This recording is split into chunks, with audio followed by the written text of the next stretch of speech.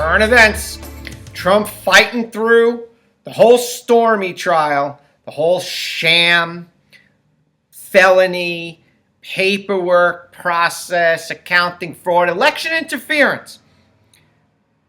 And then the left perpetrating this case of election interference by currently interfering in this election. So this is CNN's report. Let's take a look. Cohen is saying that he would frequently provide comment to press regarding different matters that kept popping up. This is in 2011 when Donald Trump was allegedly flirting with a run for the presidency. And back with Paula and Caitlin, Michael Cohen had also said that Trump had told them that in 2015 he would run. And this is setting the stage for the fact that this is charged as a felony because the argument is that this hush money was paid in order to help Trump win the election. So Cohen says he would go on multiple TV news channels on behalf of Trump, and the prosecutor confirms with Cohen that he leveraged his press contacts for Trump's campaign. This is all going to speak to Cohen's role, unofficial though it was, in the campaign and helping Trump get elected. And that is key because that's what elevates falsifying business records, a paperwork crime, to a felony. So again, it depends on what side of the aisle you're really reporting on this. CNN has actually done not too bad of a job of presenting that the prosecution in this case, Bragg's office and Matt Colangelo, who came down from Biden's Justice Department to help facilitate this case against Trump, even the Federal Elections Commission, and they walked away from this. Bragg is just doing this to aggravate Trump, to embarrass him, to just, I guess, warp in the minds of the electorate Trump's reputation. Okay? Michael Cohen was a shady, slimy character, paid Stormy to shut up out of his own money from his home line of credit. Trump, who's just signing checks, signs for 130, who knows what it was. He just signed a check for legal expenses, and they're trying to tie that into that he was doing something fraudulent in order to prevent this information from getting out into the ether and tip the election maybe in Hillary's favor because of the ugliness that this is.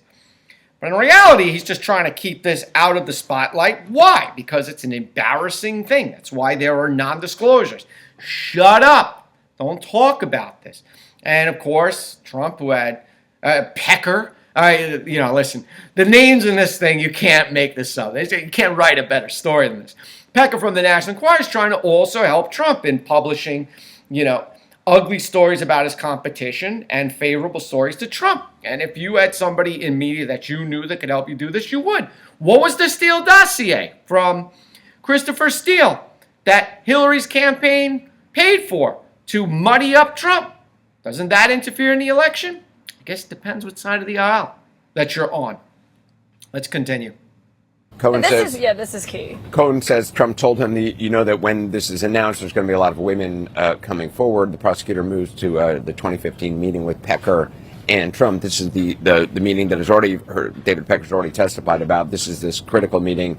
David Pecker, Donald Trump, talking about this scheme, sort of this catch and kill scheme. Well, Pecker said they didn't use that term. Yes, ma'am. Cohen says when asked about whether they met in 2015. But that comment from Michael Cohen that when he did decide to finally run for president and was making that 2015 announcement, that he said to Michael Cohen to be prepared because there would be women coming forward. I mean, it speaks to Trump's involvement in knowing what was going to be coming, what he anticipated, and what he wanted Michael Cohen to do about it. I think that's really important testimony for the jury to hear in the sense of what's coming and the fact that Trump anticipated this, what it looked like when it actually happened, and what Michael Cohen carried out. And so this is the meeting, obviously, just to remind everyone, because it was 16 days ago in this trial that David Pecker testified about this, where he essentially said that Trump and Michael Cohen sought him out to ask him how he could help them with the campaign. Initially, it had been reported the other way around, that Pecker was seeking to see how he could help. Pecker testified that they sought him out and asked what he could do with his platform of the National Enquirer and largely AMI in order to help their campaign. And that's what Michael Cohen is saying that they discussed, the power of that in the terms of where it was located, how many people saw it, the eyeballs that it got. Also, the National Enquirer was something that registered high in Trump's mind because, of course, his brain is often his mindset has been stuck in the 1980s in the sense of what he values, covers, headlines, and what that looks like and how important he believes that Cohen is. said, if we can play. I don't know who that is. I don't know if that's Caitlin Collins with the nasally voice. So ridiculous. Trump is stuck in the 1980s, his mindset. Yeah, it's just such ugly, short-sighted thinking. You don't realize the brilliance that went into Trump becoming president. If you remember in the debates with Ted Cruz was a champion debater. We know people that knew Ted Cruz in Congress and in the Senate and whatnot. And he was a champion debater. He argued in front of the Supreme Court. Trump mopped the floor with him in the Republican debates. Right? You don't give the guy any credit. That's why Romney doesn't like Trump. That's why McCain didn't like Trump. They were jealous that he has such moxie and charm and charisma and confidence. And like most people at that level, probably some degree of arrogance and obnoxiousness to steamroll everybody in his way. But that's why he's a winner. He's willing to do ugly things. Now, if he knows people at the Enquirer, and the Enquirer likes him, and he likes them, of course they're going to help him to try to become president. They've been buddies for so long. And Trump knows media. He talked himself into media years ago. Right? So Trump knows, and he knows how to take advantage of free media. Every single time he comes out of the courtroom and he walks out there, every camera's going. CNN, Fox, CNBC, MSNBC. They want to see if he says something obnoxious or incendiary. And he's just taking advantage of billions of dollars in free media. You want to say that this guy, his brain's stuck in the 1980s? Listen, even bad news is good news, because if they're talking about you, they're talking about you. So stupid. So stupid. Let's go on. Let's see what else they got to say about old Trump and the hush money trial. Stormy, Pecker, and porn stars. You can't make this stuff up. Here we go. If we can place positive stories about Mr. Trump, that would be beneficial. It wasn't just about sort of keeping an eye about any women coming forward. It was actually putting out positive stories and negative stories about Ted Cruz, about Ben Carson and others. Yeah, anything that he could do to help him get elected and use the platform that he had. And this, prosecutors will argue, is the beginning of the conspiracy that resulted in the Stormy Daniels hush money payment from Cohen and then an effort to cover it up. So this now, they're really getting into the case right now. Give me a break. Listen. Hillary concocted and paid for the Steele dossier, which was completely refuted, was totally made up. All the facts were nonsense. There was no collusion with Russia. But again, the media carrying the water for Hillary kept saying, right, especially Mad Cow, Russia, Russia, Russia. There was never, and they never retracted it. They never went back in time to say there was no collusion with Russia, but the media just kept continuing to beat that drum. And why? Because the media liked Hillary. Hillary liked all the leftist media. The Steele dossier was meant to, again, muddy Trump and falsify these things, because if she won the election, she would have won the election. Thankfully, maybe the electorate was smarter than that.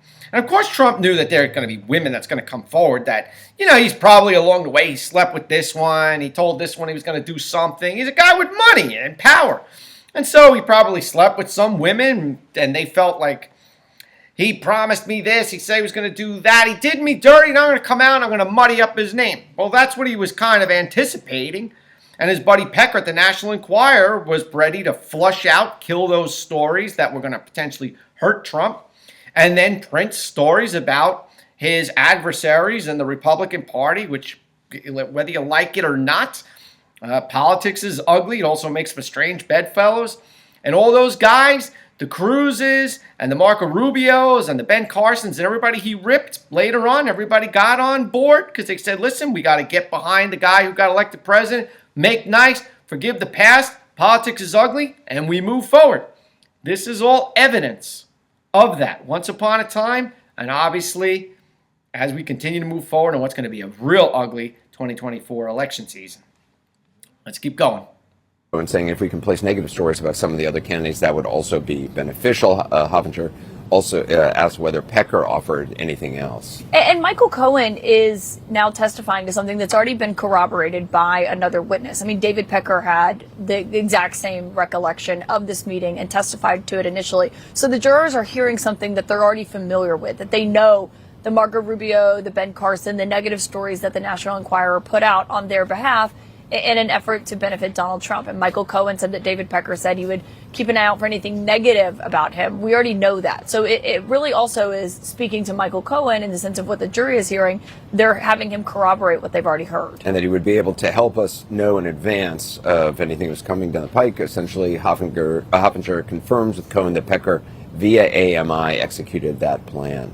Caitlin makes an important point. If prosecutors really have buttoned up already most of what you're going to hear from Cohen, either through documents or other witnesses, up until about 2017. And that's when the direct examination is really going to be make or break for this case. Now, Cohen confirms he previewed some National Enquirer stories about Trump's political opponents. So there, David Pecker, Michael Cohen, trying to use this platform to damage his opponents. Among them, he says, were stories about Hillary Clinton wearing very thick glasses. Some allegations that she had some brain injuries. Now, David Pecker also testified that they would have run negative stories about the Clintons anyway because they sold well. But Cohen confirms that AMI would sometimes send over covers to him before they were published. But getting through all of this, again, much of this has been supported, corroborated by other witnesses. What is not, though, is that direct link between Trump and falsifying business records.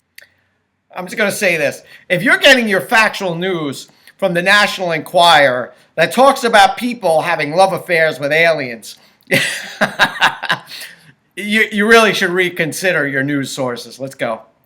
Cohen said he would immediately show it to Mr. Trump, so he knew that David was loyal, was on board. He was actually doing it, Cohen says, of Pecker and Trump. David Pecker has testified before about the importance of the covers for him, and Jeffrey Toobin had written an article about David Pecker and National Enquirer for the New Yorker back then, and that was very much all Pecker really cared about. He didn't care what was inside the magazine. He was cared just about the cover, the impact it had on right at the checkout counter. Cohen said that when he showed Trump the coverage, Trump was pleased and would call it fantastic. It also speaks to how Michael Cohen occupied a singular presence in Trump's orbit in the sense of what Trump would go to him for and what he expected Michael Cohen to handle, which were negative stories, particularly about women, as Michael Cohen just noted there. And I think that could potentially, obviously we have no idea how the jury will interpret any of this. Maybe they'll believe nothing Michael Cohen says. Maybe they'll believe everything he says. But it is important that they are kind of establishing that this was Michael Cohen's role, that this is what he did for Donald Trump. And so his testimony,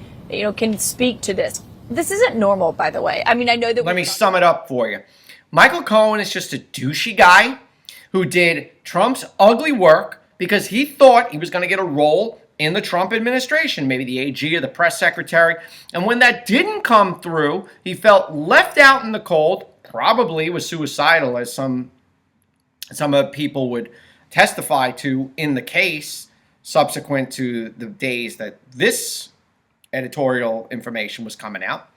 And probably felt really sidelined, and then wanted to plot his revenge against Trump. And what is the perfect way? Well, to back whatever Stormy said and other ugly corroborated information by haters of Trump, just to get himself out there, because there's obviously a great consortium and contingency of people that hate Trump. And Cohen made millions of dollars in hating on Trump and wants to continue to make millions of dollars hating on Trump because there's big business in it. So can you believe anything that this guy says if he's such a scummy type of guy? Probably not. And when the case wraps up, I guess we'll see. But if you're believing this guy Cohen, my God, I got a bridge to sell you out there in Brooklyn. Low price, too. We've talked about this in the whole checkbook journalism phenomenon, as some of these witnesses have called it. But to have the National Enquirer send over covers to the Trump campaign, to have to Donald Trump's personal attorney, I shouldn't say, not someone who officially worked for the campaign, to have them review it, and for Trump himself to personally review it. It's remarkable. So there it is. Listen, these catch and kill stories are going on all the time. You had people in the Justice Department, the DOJ, who knows, that were catching and killing anything to do with the Trump or Biden, the Hunter Biden laptop from hell. which is now coming out and being corroborated that it exists and it was all true. Well, they buried it. They prevented it from being on Twitter, and they prevented it from being out in the news cycles as much as possible, or saying it was fake, it was phony, it was contrived, it was all made up. So they were catching and killing those stories. And didn't that sway the election?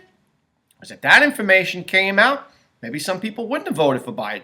Maybe they said, hey, listen, this guy is involved in shell companies and dark money flowing between communist and socialist countries, and they are enriching themselves and the beneficiaries of this. And maybe I don't want some guy who might be in bed with China. Maybe I'll just vote for Orange Man instead. So didn't they catch and kill those stories? It's good for the goose, good for the gander, isn't it? What the hell is a gander?